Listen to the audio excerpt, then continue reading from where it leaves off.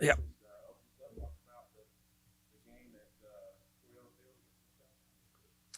Yeah, I think the off week, the couple days that the players had off were good. I think it was a little bit like a 10 or 11 week kind of stretch where they really didn't have much off other than, you have one day off a week. But with that, you still have school. So it was, I think the guys looked a little refreshed. Sunday was pretty good. We got to have a great week of practice. And our guys understand looking at the film in North Alabama. First off, this is a big game for both of us. It's always a big game for both of us. They very easily could have beat a very good Kennesaw team at Kennesaw. If you saw the game, which I watched live. So, and they've got some really good players. So it's going to be, and it's a different environment, playing it, which I think is kind of neat, but it is going to be different. I mean, adjusting to playing in a minor league stadium and going in one direction and all that kind of stuff. So we got to be focused and understand, that we're going to get their best shot and we got to play well. So I'm excited for our guys' preparation this week. I think it's going to be a great crowd up there. It should be a neat environment.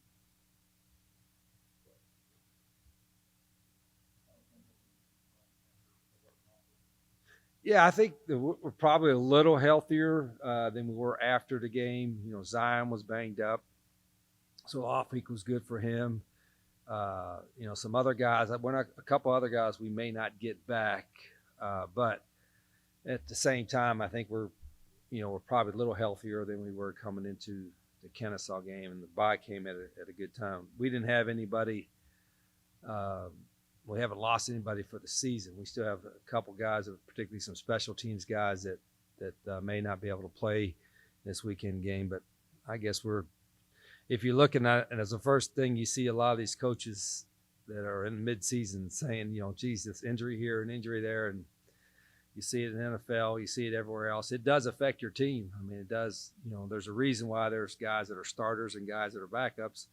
The backups probably aren't quite as good, and so when you're playing them, you're not going to be quite as good a lot of times. But we've had a few injuries, but and I'm hoping, knock on wood, we won't get any more the rest of the year. But you got to be prepared for that. And the hardest part for us is like everybody's kind of a freshman in the system, but you with a veteran player that's played some, at least some of his fundamentals are already there. When you have to play a young guy that's still learning the system and he hadn't quite got the fundamentals down, that's when it really affects you more.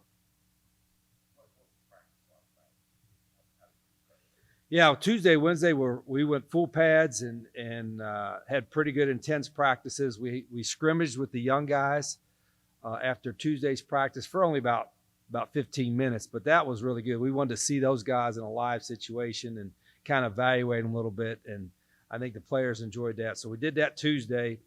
Wednesday was a normal practice, and then they had Thursday, Friday, Saturday off from practicing. So normally I would have practiced Thursday morning, but I wanted to get the coaches on the road recruiting, give the players a little bit more extra time to be, to kind of get caught up academically and health wise, and so hopefully that worked out. But you always worry about, okay, do you lose your conditioning? Because conditioning is such a big factor for us. But we'll practice pretty intensely on Tuesdays and Wednesdays and make sure we keep our conditioning.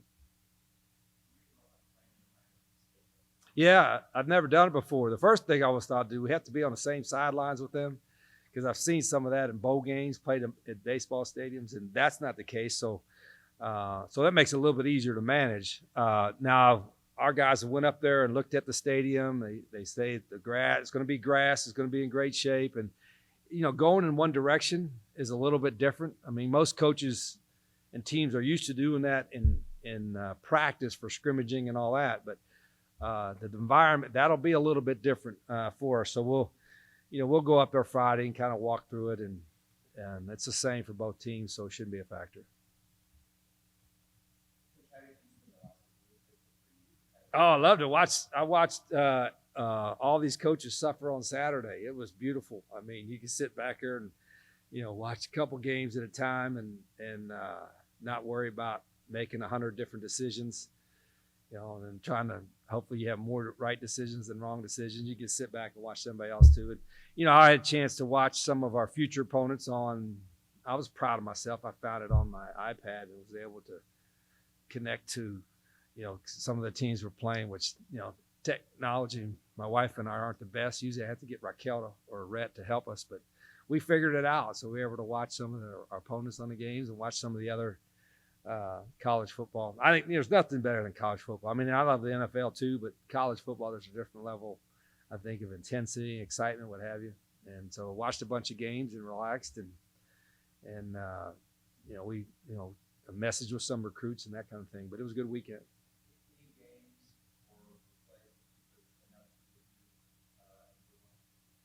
Yeah, I mean, there's a lot of, you felt for some of these teams that had, like Florida State had the game won, NC State. They just one more run play, kick a field goal, and there it goes. They had a mistake and it cost them a game. And then, here, obviously around here, everybody was probably watching the A&M Alabama game. A&M had one play to win that game. There's such, I think coaches say it all the time, but there's so many factors that go into it, and we know it for ourselves. I mean, you can have a couple bad plays and cost you a game, and that's all it takes nowadays. So it's you when you're watching, you're feeling it, and everybody wants to critique the coaches or the players, what have you, and they're still, you got to remember, these are, I don't want to say they're kids, they're not kids, but they're not fully grown, mature, professional adults.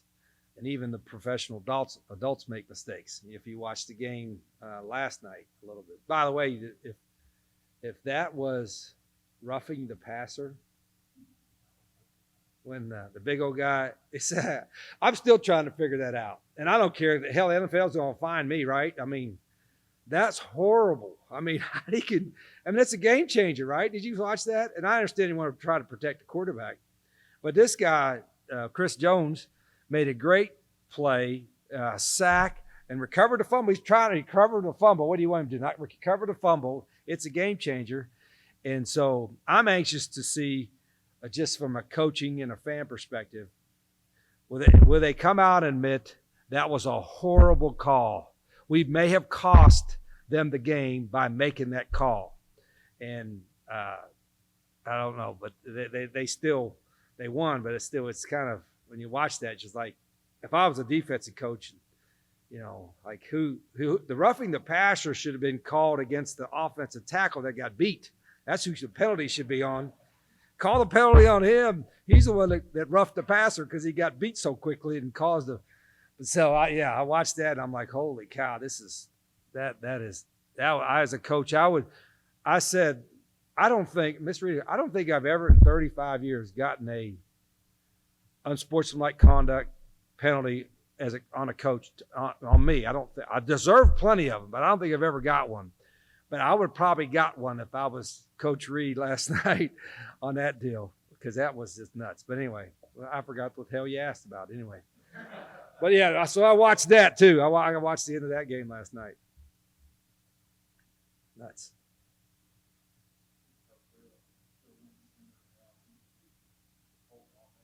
Trey?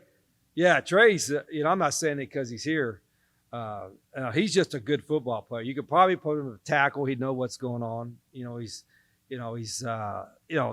coach's kid, right? So they're going to have a little bit of knowledge about football, but he's good at guard. He's good at center, and Kanji's healthy now, so we can play Kanji and we can play Trey, but Trey's too good of a football player not to play or be a starter. And he's pretty stout in there. He's really taking charge of us up front. And we needed that. With Kanji going down, boy, what are we going to do? We got a veteran in trade. He slid right over there and has done a great job.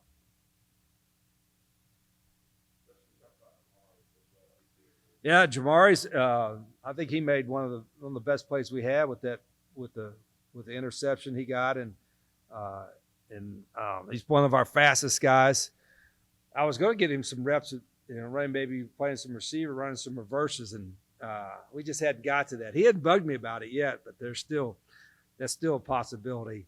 But yeah, he's in the back here. He's trying to start a rumor, but he is, he's a competitive guy, loves to play. He's fast. He's athletic, and we challenge our corners. They play a lot of man coverage, and we put a little bit of pressure on, but we do that because we know they can handle it.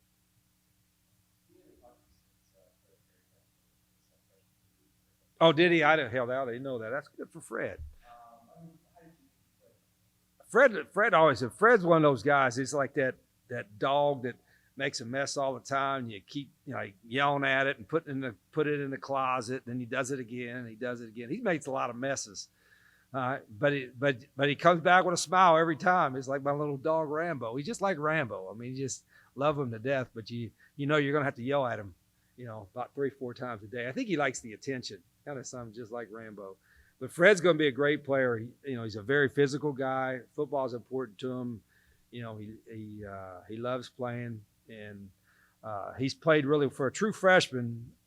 He's played on a lot of special teams, played a lot of defense, and we think he's got his best football still out in front of him.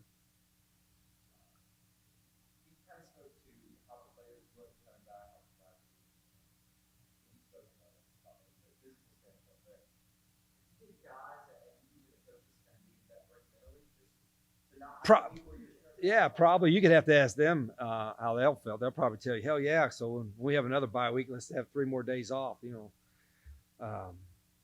depends on how we play Saturday, maybe depend on how I handle the next bye week, right? But it's, it was. When you go, like I said, I think it was 11 weeks or so because we started week 0 and started in the end of July.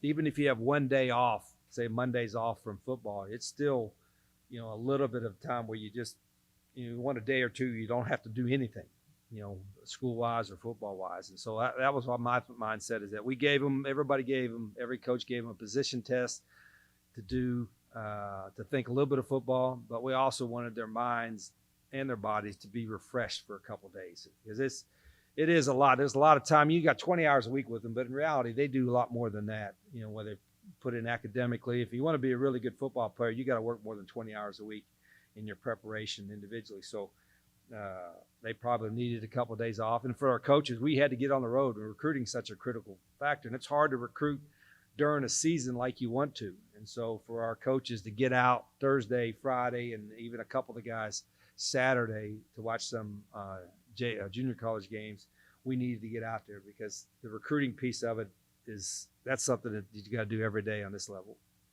I spend my off week by making sure my body prepared for these next couple of games, and just making sure I can play to 100%. So this break was good for the whole team. I'm pretty sure everybody say that because we've been grinding hard. So I think that's a good positive play by coach. The game coming up, I would say we most definitely we have plenty of time to get ready for them. So I really think we're going to play to our good potential, how he is. So I think the game going to be good for us. What did you do during the week? Did you stay here in town? Did you go off? Yeah, I went to go and see my family, my grandma.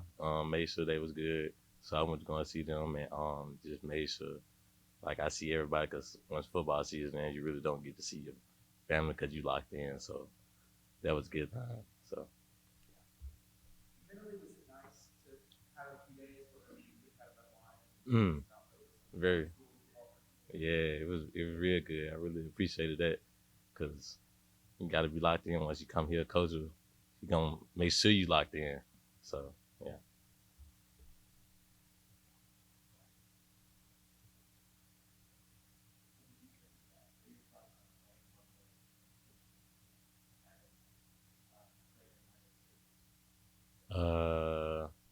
It's kind of weird. That's gonna be my first game ever having to do that. Cause I was thinking what if we get a pick? Do we keep going that way, or do we just have to pause something like this? So that's what I was thinking about.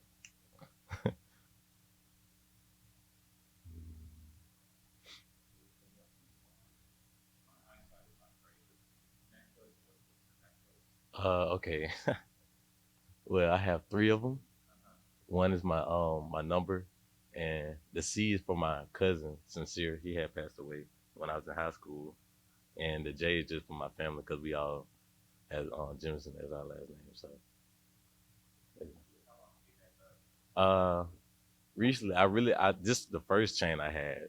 I had this for my family. Then I had got this one once my cousin passed, and I got this one. I want to say when they had surprised me with the number 0. So that's how I ended up getting all these. Yes, sir. I was the first person to ever have it here, so it was a big accomplishment for me. So, uh, How you spell Cincinnati? CNSERE.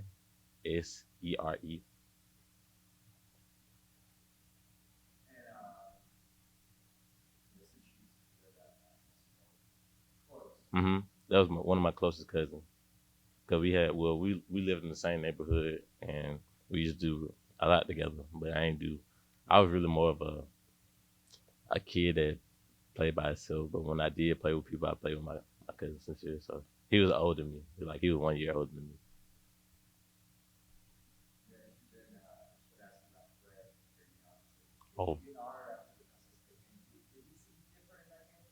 Fred most definitely was locked in that whole week, and it showed on game day. It really did. He was making plays everywhere, sideline to sideline. Really, you can see how fast he was playing. So he was most definitely locked in that whole week. Is he a guy that you think is, a lot of times making that transition to college, it takes guys minutes maybe to hmm really catch on to all their new responsibilities and different knowledge. Do you think he's a guy that's just now maybe starting to really scratch his itch? Oh yeah, I really think he got more potential in him, but he's most definitely made that transition very very quickly and very good. So that's one thing I say about Fred. My off week it was kind of slow. I was ready to get back on the field, but Thursday we had off. Thursday through Monday we had off.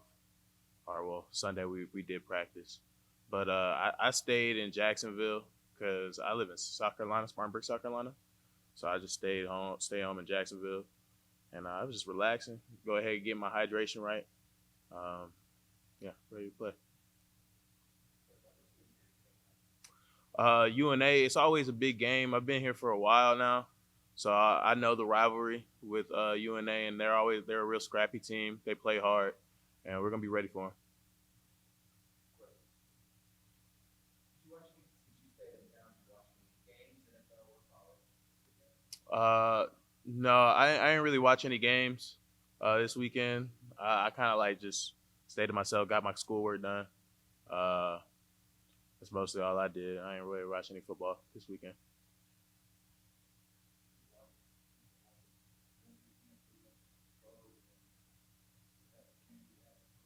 Right. Um, I've been preparing to play center since spring, so it wasn't really that big of a difference, that big of a deal. Um, obviously, I was really worried about Kanji, but I had to go out there and do a job, and I was prepared for it.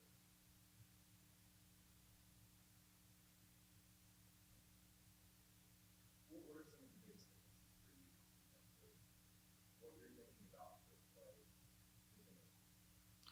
Center, I gotta make the mic deck. I got a lot more to think about uh, in comparison to guard. Guard, I kind of know exactly what I need to do and like envision that. But center, I gotta know what everybody needs to do, and if they just stem to a different front, I gotta call out a different mic, and we all have to do something different. So we all got to be locked in and engaged. How difficult was that to kind of go from? It sounds like as a guard, you're more just thinking about this is what I've got to do. At the center, you're trying to think about this is what everybody.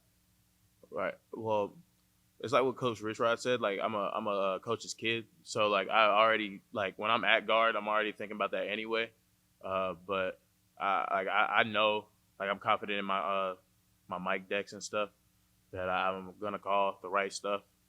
So it's a big difference, but it's not too big of a deal for me.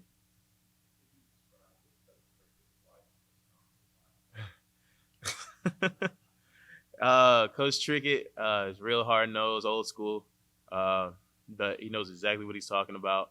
Uh, he's a great coach. He's a really great coach.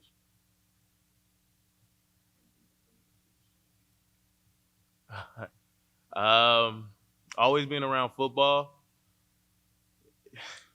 it's tough sometimes, like especially when you're young. Like I always like used to mess with the guys, the high school guys. 'Cause my dad was a high school coach in South Carolina. I used to mess with the high school guys, and I got a little older. I got to like 13. I was like, man, I'm about to be playing with these guys. Let me stop messing with them. But you know, it's a blessing to always be around football. I love this game, and I just really appreciate being here, like being able to play football.